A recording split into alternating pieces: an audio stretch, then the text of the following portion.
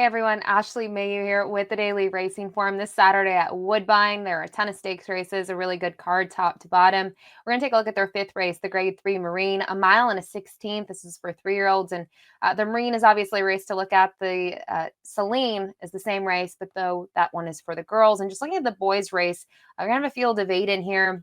Some interesting runners. Turf King, looking at this one, going to, get back on a synthetic surface. The only time he's been over that surface, that was on the debut when he was able to graduate. This one's trained by Chad Brown, had a really nice performance last time out in the Jersey Derby at Monmouth Park. Twin City was able to win last time out at odds of 10-1 in the King Corey. Very, very consistent horse. Has yet to finish worse than second in his career, and he's gotten different trips. He seems versatile, and I think he's an interesting horse when you're starting to look at kind of later this year where we could see this Ontario-bred son of Clint. And then from there, Midnight Rising. This is a horse that's only raced in Kentucky and Indiana. It's been closing from off of it and has a couple of good performances. Is actually third behind Turf King, 2 starts back at Keeneland. And then Simcoe, another one who was a winner last time out and actually was facing winners for the first time. So has 2 back-to-back wins. But as I mentioned, a field of 8. We'll kick it off on the rail with the 12-1 shot. One Bay Hemingway. This one out of the Cititard barn. Was 4th last time out in the Queenston. And prior to that, really started off his 3-year-old season strongly. Was able to win 2 races in a row. Similar trips in both, kind of a similar setup in those races as well. But to see him get in that stakes competition last time out, I thought he raced well overall. Odds of 3-1. He was well respected in that spot. It was a big addition of the race. There was a field of 12. He kind of split the field right out of the gate, and at least did show some interest late. Now going to stretch back out, and he does have experience going a mile and a 16th. Last year, he ended his 2-year-old season with a second in the Grade 3 Gray. The number 2 Velociter. Talking about the King Corey, he had troubles in that race, and I think it kind of worked against him. It was also his first start in 2023. I do expect, regardless of what your kind of opinion of him, as long as he can break better, we're going to see a better performance than we did back on May 21st. You look at his races last year, he was a 3-time winner, even won the Coronation Futurity in gate-to-wire fashion, which was a big ask of him. Looking at a horse that had only gone distances from 5 to 6 furlongs and then take him gate-to-wire in a mile and an eighth. Very, very impressive. And obviously, he did get to the front and set fractions to his liking. The final time for that race was 1:52, but still impressed. The buyer, maybe you're not impressed with that. It was just a 66, but I think we're going to see a better version of Velociter second time out this year. The number 3, Stay On Our Good Side. This one, trained by Mark Casse, was 4th in the King Corey, and prior to that had that other start in 2023, which resulted in a 3rd place in the Woodstock. I know if you look in terms of buyers and performances, you may think the races are level performances. I still think this horse raced better on that slight stretch out and looks like the type that might appreciate added ground. And you go back to races last year, looking at, say, even the mile and a 16th race, the Cup and Saucer. This one barely missed, and a pretty big addition of the race. Was second, beaten by 3/4 of a length, I think. Now going 3rd kind of race in that form cycle. And stretching out once again. Stay On Our Good Side could certainly improve. The number 4, Kakoko Poo. This one trained by Tedston Holder. We'll take a look at this one's most recent performance in the Queenston in terms of trip. I thought got a really good ride from Walcott in here, and is the number 6 in this race, and is going to be able to make up some ground in here. It's kind of an interesting trip. You're going to, he's going to get in here. You can see pointed out another horse that ends up finishing 4th in here, that being the number 1, One Bay Hemingway. But I thought it was a good performance. Showed some really nice interest late. Was really striding out here, going 7/8, and I liked the way that he was able to kind of, win 2 races in a row. You look at his maiden score, it was really easy.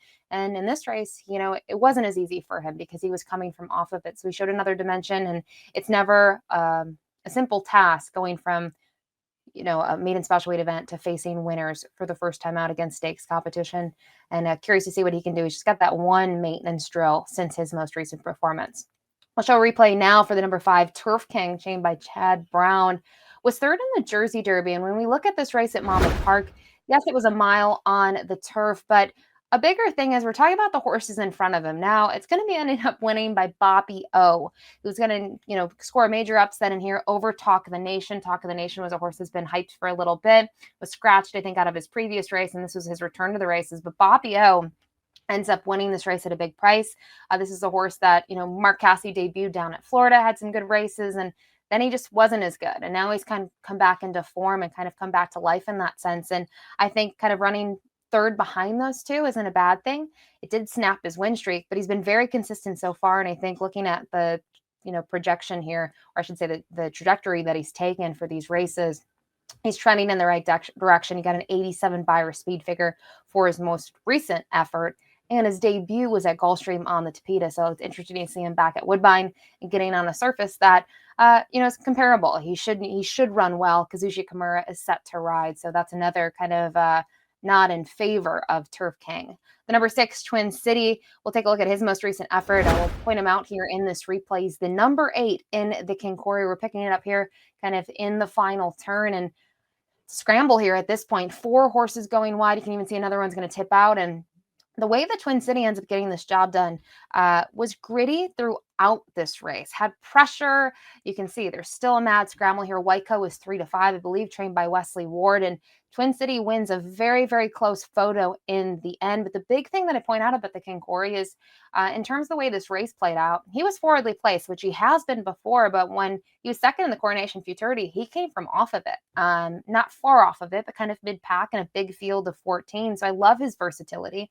I loved how gritty he was in his first start of the year. And it makes you wonder, can he continue to move forward? To me, he's never done anything wrong. He's never finished worse than second. So I think he's a big, big player in this race. The number 7, Midnight Rising, this one out of the Jordan Blair barn, was 6th last time out in a race, the Caesars Handicap at Indiana. But prior to that, had a nice 3rd place finish, tried to rally from the back of the pack late on the scene, only missed by 2.5. Turf King actually won that race. So those two have squared off in the past. And if you want to draw a line through that most recent race, maybe, he fell flat. Maybe he didn't like the Indiana turf course. I'm not sure. I didn't think there was a ton of excuses to find in that race. But I think if you cross a line through it, there are other good performances to point out. I think he might offer some value here. And you can see Raylu Gutierrez coming to town, coming up to Woodbine to ride this one. And then finally, running out the field, the number 8, Simcoe, who's won his last 2, was able to graduate on May 7th, then again was able to find the winner's circle on June 4th. He's going to try stakes competition for the first time. And he never made a start as a 2-year-old. He's got those 4 starts now as a 3-year-old. He seems to be an improving type. Each race, he's pretty much gotten better. He's coming in here off a 78 Beyer speed figure. And has a slew of works, and these works, kind of looking at them, he's, even prior to his other races, right? He had consistent, solid works. And then that one work in preparation for this race, I think, is very respectable, 48 flat. But have to see what the son of Uncle Mo can do against stakes competition. So that's the field for this year's edition of the Grade 3 Marine. For me, I go to the 6, Twin City. I think a lot of people will go to Turf King. I love that Twin City has had those local performances throughout his career, anywhere from 5.5 to 1.125 miles. He's been very game. I think it's really hard to kind of poke holes in his resume so far, and he's versatile. So I love him in this spot. I don't think, 3-1 is a good price on him. I would take it. Not going to get what you got last time. He was 10-1 in his first start of 2023. So he'll go off as one of the favorites in here. The number 5, Turf King, faced very nice horses in the Jersey Derby. Really looking at the runner-up in there, and even Boppio's come to life and was able to score the upset in a field of 7 that day. This one, though, prior was 2 for 2 in his career, so curious to see him back on a synthetic surface. The number 7, Midnight Rising.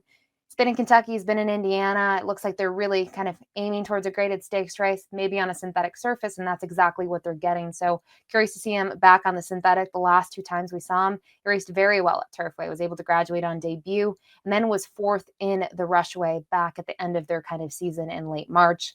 And then finally, the 3, Stay on Our Good Side. This would be my price in the field. I think this horse will offer value. Mark Casse, Emma Jane Wilson teaming up.